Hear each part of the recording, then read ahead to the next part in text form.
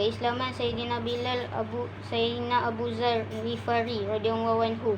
Sayyidina Abu Zar Ghifari radhiyallahu anhu ialah seorang sahabat yang masyhur yang akhirnya telah menjadi salah seorang daripada ahli zuhud dan ulama yang hebat. Sayyidina Ali radhiyallahu anhu berkata, Sayyidina Abu Zar radhiyallahu anhu telah memperoleh ilmu yang tidak mampu diperoleh oleh orang lain. Bahkan beliau telah menjaga ilmu-ilmu itu dengan baik. Apabila berita kenabian Nabi Muhammad SAW sampai kepadanya, maka beliau menghantar saudaranya ke Mekah untuk memastikan kebenaran dan mengambil maklumat tentang seseorang yang mendakwa menerima wahyu serta mendapat berita dari langit. Beliau juga menyuruh saudaranya itu supaya menyelidik keadaan orang itu dan mendengar kata-katanya dengan penuh perhatian.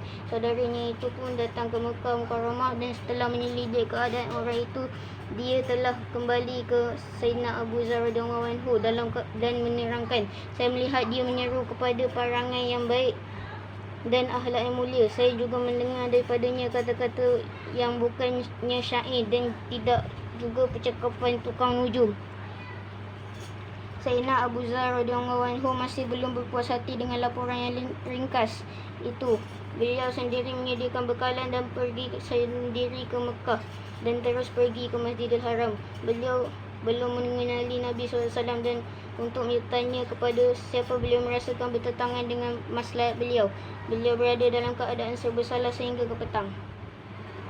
Bila waktu petang, Sayyidina Ali radhiyallahu anhu telah melihat beliau yang merupakan seorang musafir asing mengambil tahu dan memenuhi keperluan musafir orang miskin serta orang asing telah menjadi kebiasaan para sahabat radhiyallahu anhu. Oleh sebab itu, Sayyidina Ali radhiyallahu anhu telah membawa Sayyidina Abu Zar radhiyallahu anhu ke rumahnya. Sungguh pun Sayyidina Ali radhiyallahu anhu telah melayaninya dengan makan, minum dan tempat tidur, namun sedikit pun beliau tidak berasa perlu untuk bertanya tentang diri musafir itu atau tentang sebab kedatangannya ke situ. Musafir itu pun tidak mengeluarkan apa-apa. Pada pagi keesokan hari, sekali lagi Sayyidina Abu Zar radhiyallahu anhu pergi ke masjid. Sepanjang hari itu beliau habiskan dalam keadaan demikian, yakni beliau sendiri tidak mengenali siapa dan beliau juga tidak bertanya kepada orang lain. Mungkin kerana berita permusuhan orang ramai terhadap Nabi SAW sangat masyhur. Bermacam-macam kesusahan dikenakan ke atas baginda SAW serta orang yang datang bertemu baginda SAW. Beliau berfikir bahawa dengan bertanya kepada sesiapa, mungkin beliau tidak akan mendapat maklumat yang betul, sebaliknya akan menimbulkan buruk sangka. Lebih baik beliau menyelamatkan diri daripada bahaya yang sia-sia tidak bertanya. Hari kedua pun Sayyidina Ali radhiyallahu anhu telah teringatkan beliau, seorang musafir asing yang belum selesai tujuan kedatangannya. Oleh itu, sekali lagi Sayyidina Ali radhiyallahu anhu membawa tetamu tersebut pulang ke rumahnya. Beliau juga telah menyediakan makanan dan menyediakan tempat tidur untuknya. Tetapi pada malam itu pun beliau tidak bertanya apa-apa kepada Sayyidina Abu Zar radhiyallahu anhu.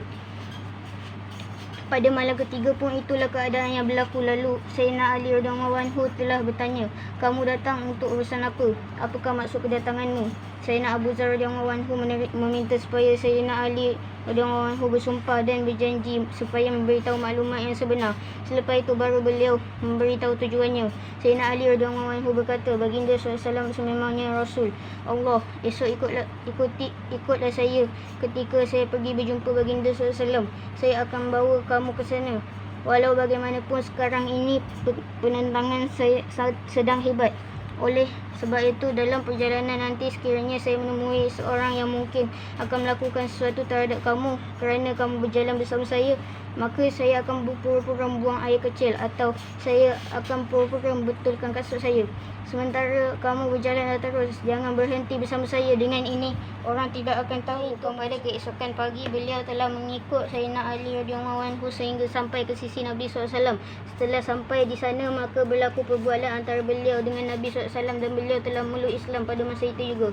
Oleh kerana membimbangkan kesusahan beliau, Nabi SAW telah bersabda, jangan zahirkan dahulu keislamanmu sekarang. Kembalilah kepada kaummu secara sembunyi. Apabila kami telah menang, barulah datang kembali. Beliau telah berkata, wahai Rasulullah, demi zat yang jiwa saya dalam genggamannya, saya akan melakukan kalimah tauhid ini di tengah-tengah mereka yang tidak beriman itu. Lalu pada masa itu juga beliau telah pergi ke Masjidil Haram dan dengan suara yang lantang telah melaungkan, asyhadu an la ilaha illallah wa asyhadu anna muhammadar rasulullah. Yang telah berlaku, orang ramai bangun dari keempat-empat penjuru dan mula memukul beliau dengan teruk sehingga mencederakannya. dan beliau hampir mati. Bapa saudara Nabi SAW Sayyidina Abbas radhiyallahu anhu yang pada masa itu masih belum memeluk Islam telah membaringkan diri di atas badan beliau untuk menyelamatkan beliau. Sayyidina Abbas radhiyallahu anhu telah berkata kepada orang ramai, "Kenapa kamu menzalimi dia? Orang ini daripada kabilah Ghifar, dan kabilah itu tinggal dalam perjalanan kita ke Syam. Perniagaan dan urusan kamu yang lain semuanya dengan negeri Syam. Sekiranya dia mati, maka jalan laluan kita ke Syam akan tertutup." Disebabkan saranan itu, orang ramai pun mula berfikir bahawa sememangnya dari negeri Syam segala keperluan mereka disempurnakan. Tutupnya jalan ke sana merupakan satu musibah. Oleh sebab itu mereka telah membiarkan beliau. Demikian juga lah yang berlaku pada keesokan hari. Beliau pergi dan melongkang kalimah syahadah dengan suara yang lantang, dan orang ramai tidak dapat menahan sabar setelah mendengar kalimah tersebut. Lalu pada hari kedua itu pun Sayyidina Abbas radhiyallahu anhu juga yang menyelamatkan beliau dengan menerangkan bahawa jalan perniagaan mereka akan tertutup. Keterangan perbuatan Sayyidina Abu Dzar radhiyallahu anhu itu ialah kerana semangat dan dorongan untuk menzahirkan yang hak benar, walaupun diarahkan oleh Nabi SAW supaya menyembunyikan keislamannya. Apabila agama ini ialah agama yang benar, maka siapakah lagi yang perlu ditakuti sehingga agama yang benar ini perlu disembunyikan? Manakala larangan Rasulullah SAW ialah semata-mata kerana prihatin baginda SAW terhadap beliau. Mungkin Sayyidina Abu Dzar radhiyallahu anhu tidak mampu menanggung segala kesusahan. Sekiranya tidak kerana alasan itu, maka tidak mungkin seorang sahabat akan melanggar perintah Nabi SAW. Beberapa contoh daripada kisah para sahabat radhiyallahu anhu tentang perkara ini akan diterangkan dalam satu bab yang tersendiri. Oleh kerana itu, Rasulullah SAW sendiri menanggung segala jenis penderitaan dalam menyebarkan agama, maka Sayyidina Abu Dzar radhiyallahu anhu lebih mengutamakan hasrat untuk mengikuti Rasulullah SAW daripada kesenangan beliau sendiri.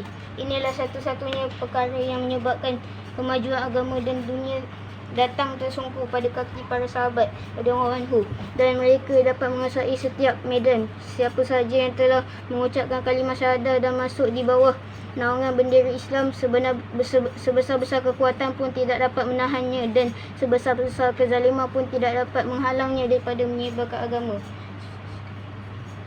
Wallahu a'lam. Semoga sama-sama dapat amalkan dan sampaikan.